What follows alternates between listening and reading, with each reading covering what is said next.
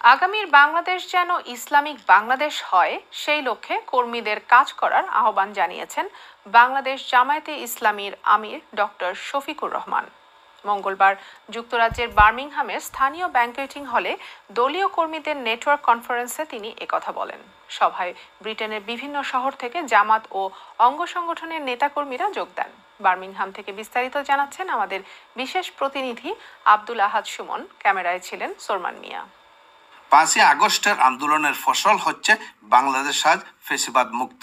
গত 16 বছরে জামাত ও অঙ্গ সংগঠনের নেতৃবৃন্দের উপর যে অত্যাচার নির্যাতন হয়েছে তা বিশ্বের সভ্য সমাজে খুবই বিরল। বিডিআর বিদ্রোহের মাধ্যমে 57 জন অফিসারকে হত্যা 15ই আগস্টের ঘটনার প্রতিশোধ হতে পারে বলে মন্তব্য করেছেন জামায়াতের আমির ডাক্তার শফিকুর রহমান।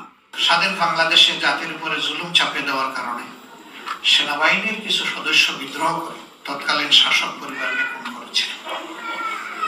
সেই থেকে সেনাবাহিনীর উপর যদি কারো কোনো দুঃখ, কষ্ট, ব্যথা, বেদনা, রাগ, গুসা, অভিমান যদি থেকে থাকে সেটা পূরণ করা হতে পারে। প্রয়োজনীয় সংস্কার পর একটি সুষ্ঠু নির্বাচনের দিকে এগিয়ে যাচ্ছে বাংলাদেশ।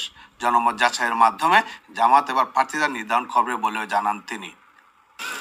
এবার আমরা সিদ্ধান্ত নিয়েছি যে আমরা 18 কোটি মানুষের মধ্যে এই সার্ভে চালাবো।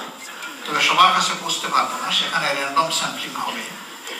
যতটুকু আমরা বুঝতে পারি বিভিন্ন শ্রেণী পেশার মানুষ, বিভিন্ন দলের মানুষ, নির্দলীয় মানুষ, বিভিন্ন ধর্মের মানুষ, তাদের সকলের কাছ থেকেই আমরা জানতে চাইবো যে বাংলাদেশ নিয়ে কি ভাবছে, কোন দল নিয়ে কি ভাবছে।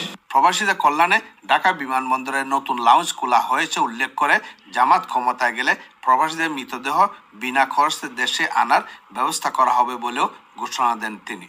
তার লাশটা দেশে সরকার আনার দায়িত্ব অনুভব করবে না, এটা হতে পারে না। আল্লাহ যদি আমাদেরকে কোনোদিন এই দায়িত্ব দেন, কারো দাবি করা লাগবে না ইনশাআল্লাহ। আমরা আমাদের সিনসিয়ার এফোর্টটা তখন রাখার চেষ্টা করব। আর এখন সরকারের কাছে আমাদের দাবিও হয়েছে তাদেরকে এভাবে সম্মান করতে হবে, দেশে লাশ বিনা খরচেই আনার ব্যবস্থা করতে হবে। এটা সব বাংলাদেশের ক্যারিয়ার হোক আর যে ক্যারিয়ার নিয়ে হোক, কিন্তু তাদেরকে আনতে হবে সম্মানের সাথে, পরিবারের হাতে তুলে দিতে। পবিত্র কোরআন তেলাওয়াতের মাধ্যমে শুরু হওয়া অনুষ্ঠানে সভাপতিত্ব করেন সৈয়দ জামিলুল ইসলাম বাবু।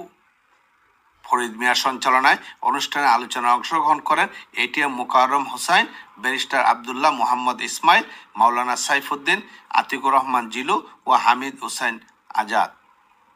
বার্মিংহাম থেকে আব্দুল আহাদ সুমন, আয়ন নিউজ।